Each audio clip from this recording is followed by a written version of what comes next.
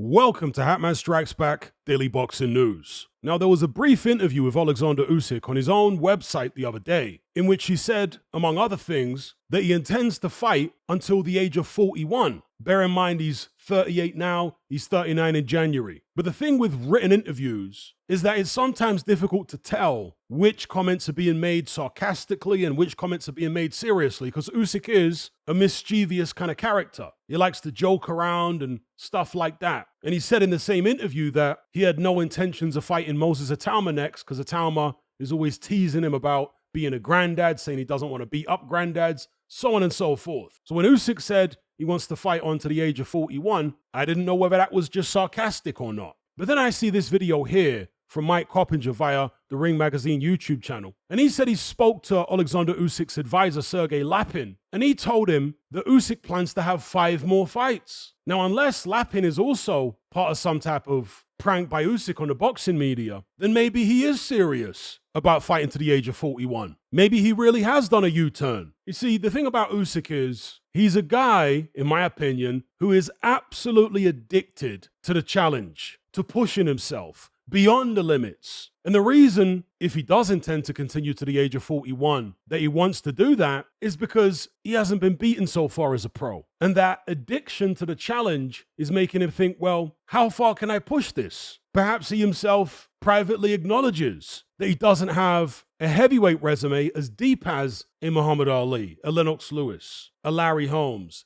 etc., etc. And maybe he wants that type of resume. Maybe he wants to leave absolutely no doubt that he's a top 5 heavyweight of all time as far as resume. Maybe that's the next challenge that is weighing on his mind right now, that's tempting him, that's enticing him, and he just can't resist it. That's the type of guy he is, and until he's been beaten, maybe not even once, but several times, perhaps he's one of these guys who just won't leave boxing alone. Because here we have a guy who's won so many fights away from home, in opponents' backyards, in some cases against the odds. And he has this golden light around him where he doesn't get jobbed on the cards, where he's able to beat all these guys, bigger guys, younger guys, stronger guys, harder punching guys, either on points or by knockout or stoppage. Oleksandr Usyk is like King Midas. Everything he touches turns to gold. From his amateur days through his cruiserweight career, all the way up until the current day in his heavyweight career. I forgot to mention the WSB as well. So since this guy is addicted to pushing himself and challenging himself and pushing for the next challenge and the next challenge and the next challenge, maybe we will see him attempt to defend his world titles until the age of 41. And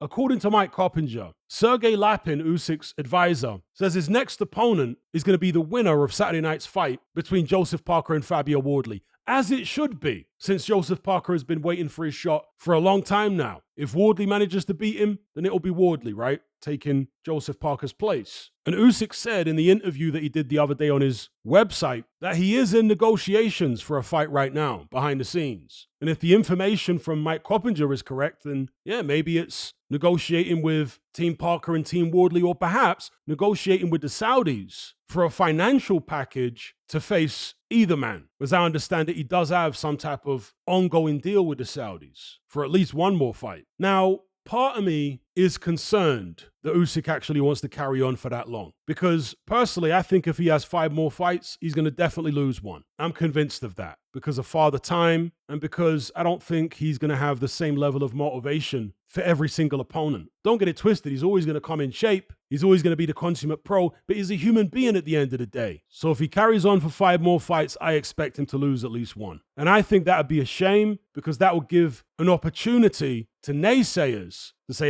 you see, he's not really a top 5 heavyweight. In fact, he's not even a top 10 heavyweight. He lost to so-and-so. And think about it. He's beaten all the big names. The only guys left now are people who lost to the big names he already beat, or guys who haven't proven themselves yet. And this is heavyweight boxing. In this division, more so than any other, styles make fights. It's rock, paper, scissors. A guy could end up beating Usyk who you'd least suspect would be able to do that. And like I say, then critics could hold that against him for the rest of his days and say this shows that he's not a top 5, not a top 10 heavyweight of all time. Now, of course, they could argue he's not a top 5 or top 10 heavyweight of all time right now because his resume isn't deep enough at heavyweight, but there'll still be people that can make the argument that he should be placed in the top 10 or top 5 because of the quality of that relatively shallow resume. Doesn't have quantity, but he's got quality. And because, let's say he retired now, he'd go down as only the second heavyweight champion to retire undefeated. That would also bolster his claim or his fans' claims that he's a top 10, top 5 heavyweight of all time. Do you see what I'm saying? To carry on for 5 more fights,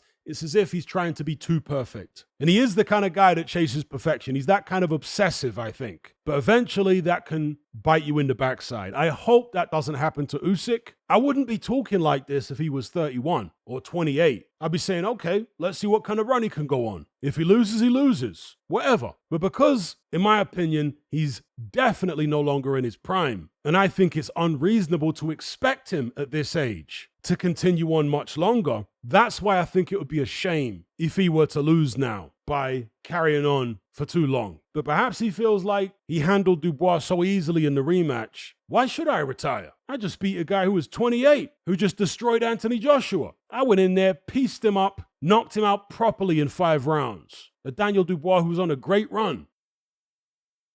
Those are my thoughts and musings on this particular news. Check out the video from Mike Coppinger via Ring Magazine. It's very interesting. Leave me your thoughts in the comment section below. Don't forget to like and share this video. Subscribe if you haven't done so already. Thank you all for watching. I'll catch you on the next one. I'm out. Are you surrounded by mindless bots in human form who adhere to the norm and blindly conform? Who swallow all the mainstream BS and actually ridicule you for questioning things? Do you wish you had more free-thinking individuals in your life to network and converse with? Well, look no further. We're right here. Come and join the Brotherhood of Reason on Patreon. You'll gain access to my weekly topical content where we take deep dives on an endless variety of subjects, as well as my vast back catalogue of podcasts, videos, interviews, movie decodings, and my Confessions of a Nightclub Bouncer series. You'll also get to talk and network with myself and hundreds of other people in our members chat. You can enjoy all this via the Patreon app or on desktop and download all my podcasts in high-quality MP3. There's no contract, no commitment. You can cancel at any time, just like Netflix, but it's a hell of a lot cheaper. Just download the app from the Play Store or the App Store, or simply visit patreon.com on a web browser. Then head on over to my page and select the tier called the Brotherhood of Reason. All the links are in the description box below. And just a quick money-saving tip for Apple users. If you purchase your Patreon subscription on the desktop site or on Android, then you'll avoid the ridiculous 30% fee that Apple charges for purchases made on the iOS app. So if you're on iPhone or iPad, save yourself some money by buying your subscription on the actual Patreon website or on Android because it's a lot cheaper. Once you've made that initial purchase, you can then use the Patreon app on your iPhone or iPad thereafter to access and enjoy your content as normal.